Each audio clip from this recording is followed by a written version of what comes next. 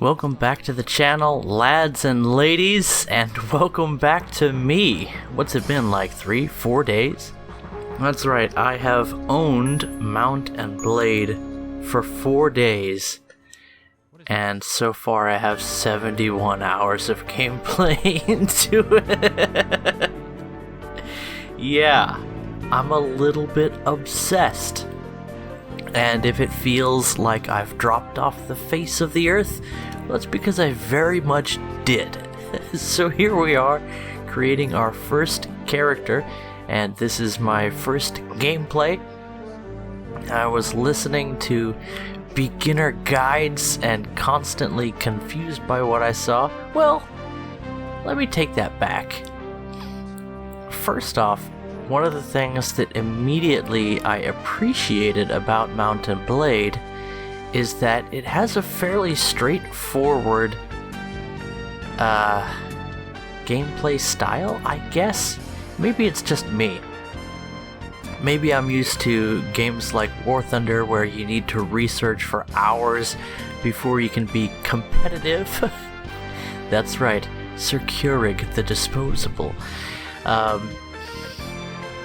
And yet, Mount and Blade, if you just kind of ignore the character creation, which can be a little bit confusing, but honestly, you can put your points in all the wrong places, and everything does have a use in the game. So if you waste your energies early on, well, there's always that new game button now, isn't there? And even if you don't want to trash your character, but that is a favorite tactic of mine, hence the name Sir Keurig the Disposable. I do not expect this character to last, but it'll be one that I break into the game with. But even if you screw up on character creation, your points will go into something that's in some way useful. First off, Mount and Blade is a complex game, but one with very simple mechanics. And it's almost a game of layers. Now, what do I mean by that? Well, you'll notice at the top of the character skills are a bunch of combat abilities, leading into riding and horse archery, and then some sort of, we'll call them utility abilities that are good for training up followers, for doing better on the world map in terms of what you're aware of and your ability to move quickly. You will be doing a lot of moving over the world map in Mount and Blade, and being able to move faster than potential opponents or prey can be very, very useful. What else is there? Medical skills of different varieties. A medical skill that helps you to recover from damage more rapidly. A medical skill that gives you healing after combat immediately, helping you to stay in the fight for the next round, and that is something that matters quite a bit later on. Not so much when you're just one man with a crazy plan, and there's so many ways to play Mount and Blade, but you will end up hack and slashing your way to victory or defeat in one form or another. What else? There's another medical skill that helps to keep people alive after they fall in combat. Your close companions, what would be your party if it was a D&D game, are never killed in combat. You are not killed in combat. You can lose quite a bit, but your life secure. But your soldiers in your army will die when struck down on the battlefield, and they will be struck down one by one. Even if you play on the easiest of game settings, you will lose soldiers in larger combats. And here we get to what is clearly an old system for character customization. You got some sliders here, and everybody looks a little bit like a mutant. We can see the polygons fairly well here, but this is not a Korean RPG.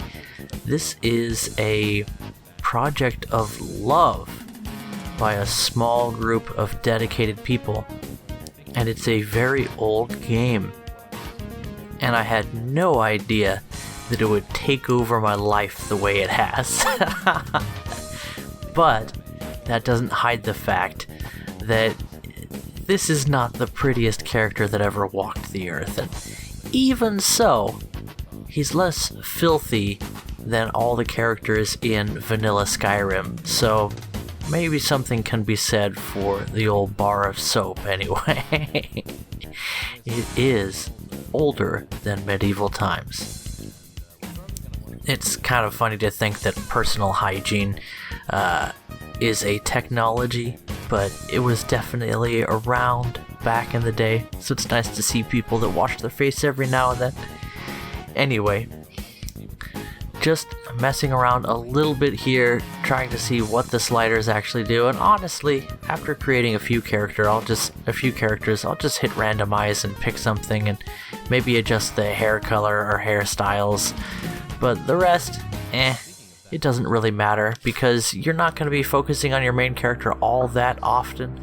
There are times when you're walking around town where you'll be doing things with your helmet off, but for the most part, when you're driving your character around, you're not going to care about those polygons that you call a face anyway.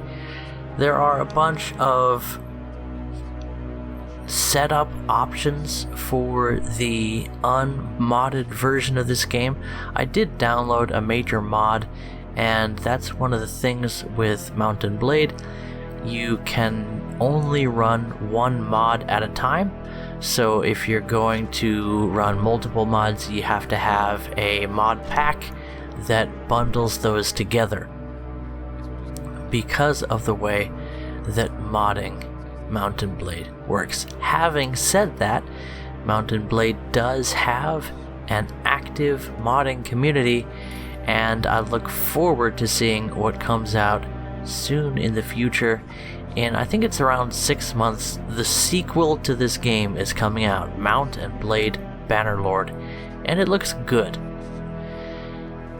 All it needs to do is this, with an update to the graphics and the user interface. That's all I would be looking for, and yet this is a very serviceable interface. It really reminds me from the way you set up and start out. You can see we did our first little combat there, which is your introduction to the world, and we're looking around at what we can do. I made the mistake of hiring some mercenaries here. They're really not worth paying for.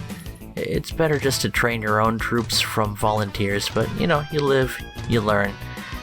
You get your dinars all spent in one place. Typical Toshio, spending all his pocket money on the first shiny object he sees, but the man was wearing armor. I don't even have armor. What am I doing talking to this townswoman? I guess just seeing what I can do. Anyway, it was so long ago. I was so young and foolish 4 days ago when I first bought this game. After about 70 hours of gameplay, I have a pretty good handle on the early game to the mid game and end game things. You can become a king. You can rule a kingdom and even conquer the lands, but I haven't really gotten to that point. I did capture my first castle, and then my king gave the town that goes along with the castle to someone else, as you do. I guess he worked hard somewhere else for that village. I kind of felt like I deserved it. Anyway, I got the castle, so what can you do? Oh, what can you do? You can rebel. There's all kinds of things you can do in Mount & Blade, and I'm sure I'll be exploring those things in the future. As I mentioned, there's a lot of different ways to play this game, but they all end up with some kind of hacking and slashing, and the combat in Mount & Blade is very satisfying. It's a little bit clunky in some ways. It definitely feels simplified in certain respects and a bit old. There's no real physics system in the game. It's sort of a binary system when it comes to if you can swing through something or if you just get immediately stopped, and sometimes it doesn't make all that much sense. Seeing a little bit more reasonable physics system for the game would be pretty cool. Maybe that's something that's coming with Bannerlord, but maybe not. And as it is, here we are, trying to harvest some funds by entering a tournament, so wish us luck. This is our first tournament, so here's to hoping we do well. You can see that we've been given a team. We're on the yellow team. We've been issued some gear and some teammates, and all of this is random. So sometimes you're on a horse, sometimes you're on foot, sometimes you have, as you see, a hatchet and a shield, sometimes a sword, a lance, a bow, or any number of different equipment setups, but they are based on the region that you're in. And where we are now will be different from, say, the Nordic areas, where you'll see more of those hatchets and a little bit less of the long lances. Myself, I'm a big fan of big swords because damage output and reach can be very, very useful in one-on-one or in team fights. And as I mentioned, we have the difficulty turned down at this point, so we can actually manage to overcome some adverse odds and the fact that I'm not really aware of what I'm doing as we set up a thrust and deliver, and yet blocked by the shield of that enemy hatchet man. I still don't really get how to move the horse at this point of the gameplay. I do have a pretty good handle on it now, and it is very satisfying once you get a feel for how to do the mounted portion of Mount & Blade. It's in the name Mount & Blade for a reason. This game favors mounted combat and favors the champion who understands how to use their steed effectively. There is definitely a meta to the game, and wearing heavy armor and riding a heavy horse probably is not balanced in terms of how it compares to other ways to fight in the game. But that also comes down to the realism aspect of Mount & Blade, which is one of the key features.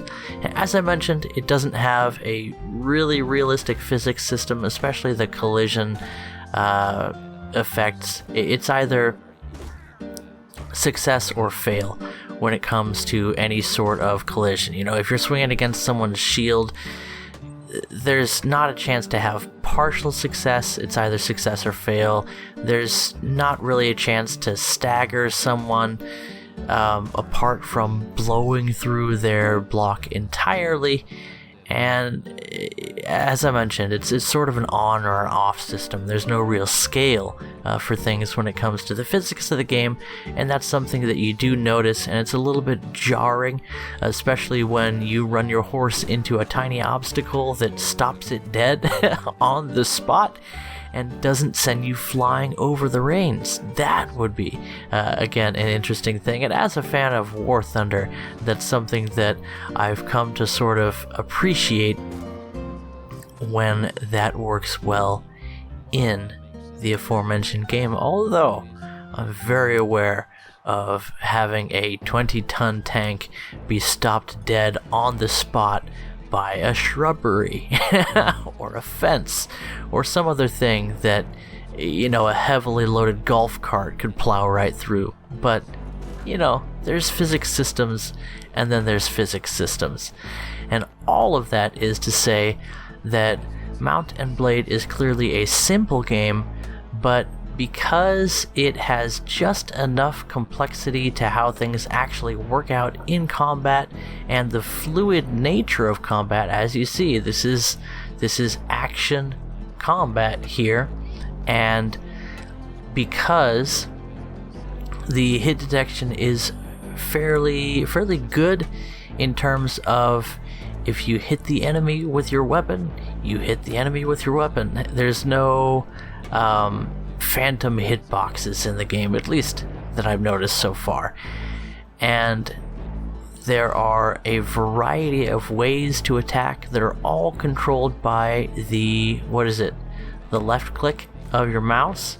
So you'll click and drag to set up your attack and then release to execute.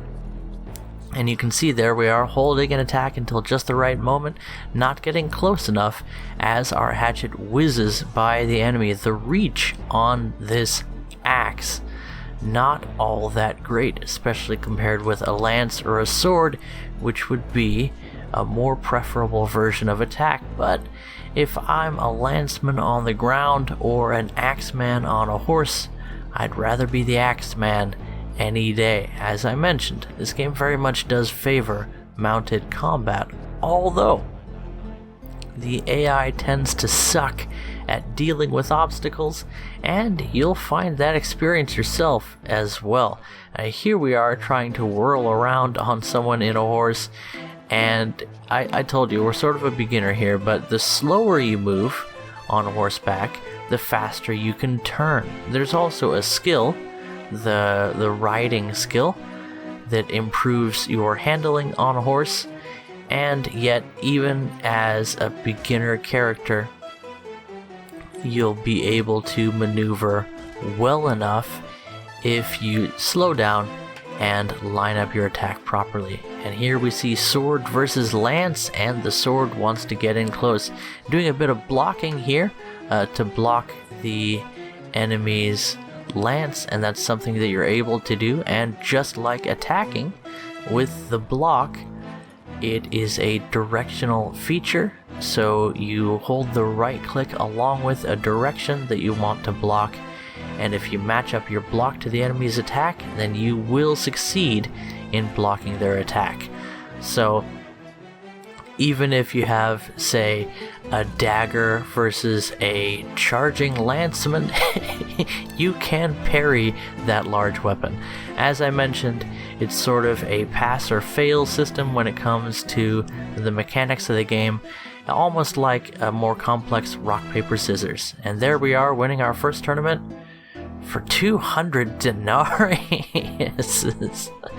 That's a tiny amount of money. Looks like we need to find a better way to make money in this game, and I suppose we will in the next video, probably. Catch you guys later, and I definitely want to show more War Thunder replays. You just gotta tear me away from this one. I'm a little bit obsessed. Alright guys, catch you next time. Bye bye.